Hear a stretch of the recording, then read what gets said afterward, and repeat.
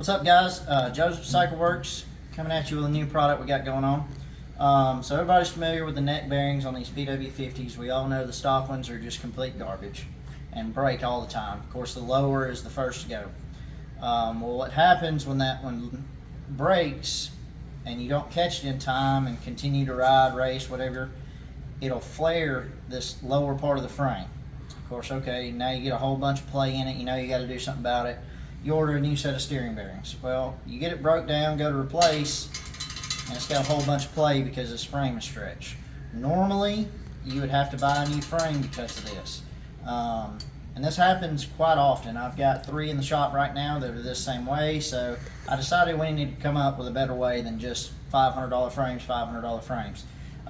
So what we did is I had some steering bearing races made. They're the exact same as the ones before, but they're made out of steel.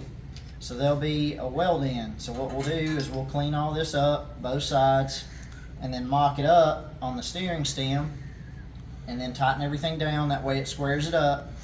And then we'll go to tack them in place, probably in 4 places, and then pull it all back apart, pull the bearings out because you don't want to scorch the bearings, and then finish weld it out.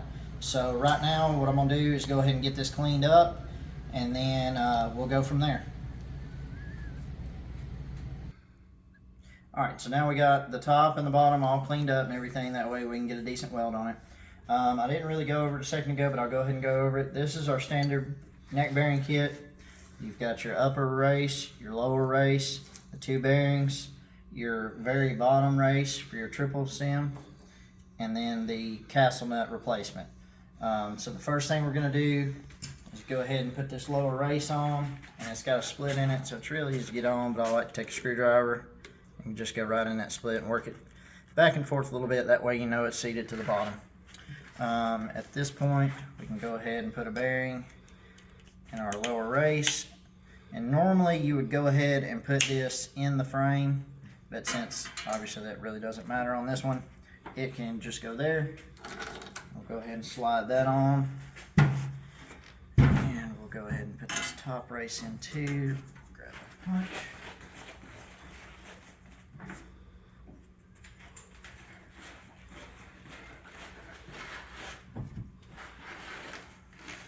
Tap that down in there so it's sitting flush. And then, so the problem is once you try to replace this, number one is all the slack.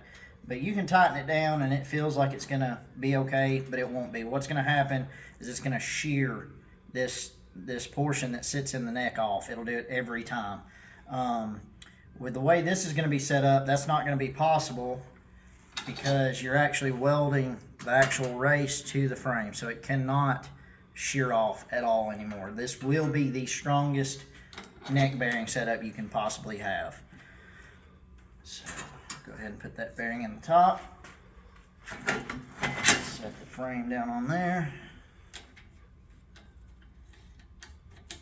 And use the castle nut to run down. Kind of give her a little twist, make sure she squares up good.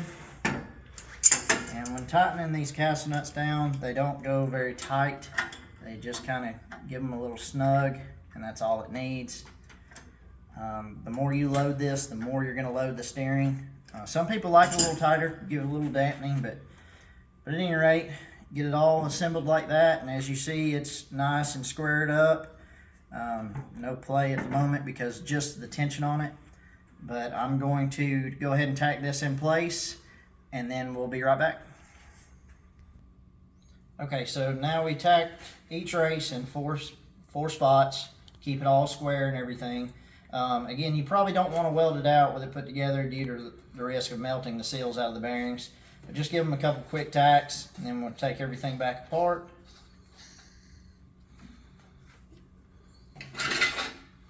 As you see, obviously that little race is going to stay in there now, and this is going to be extremely hot, so be careful. And then I'm going to get this bearing out and go ahead and weld each side, and then we'll be right back. Alright, so now we've got them both welded in place. Just did a bead from tack to tack on each side. You really don't need to go all the way around. the two sides are going to hold it plenty. Obviously it's extremely hot, so we're going to give it a little while to cool down, and then we'll clean it up, throw a little paint on it, and go together with it and see how it looks like.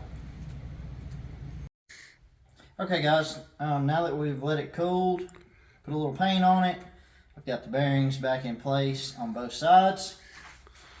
Go ahead and set it back over the steering stem. And put our castle nut back on. Sit down. And again, when tightening these castle nuts, don't get carried away. They don't need to be extremely tight, just decent little snug. And what I normally do is go a little past snug, then back it off some, and then snug it back down. Once that's in place, it's nice. Make sure it's nice and free. Of course, there's no more play anymore. And that right there is going to be the strongest steering setup available for a PW50. And just for reference, today is October 10th. And as always, CycleWorx Racing coming up with innovations to help you out. Y'all get with us. Price on these, the way it'll be set up is you'll have to buy a standard bearing kit, and then the welding pieces will be additional. Not 100% sure on a cost yet, but more than likely these two races here are going to be at about the $50 mark. Machined in the US, so they're a little pricey, and obviously I'm not going to be selling as many as my full kits, but you will have to buy the full kit and then get these separately and use the bearings and castle nut out of that kit with these.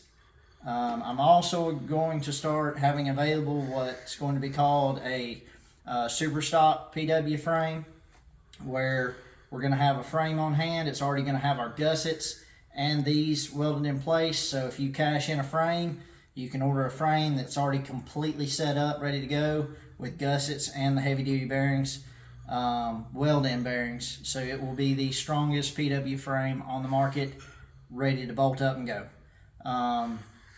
That's really all I got for now, guys. Let me know what you think about this. It's a great option, other than spending $500 on a frame.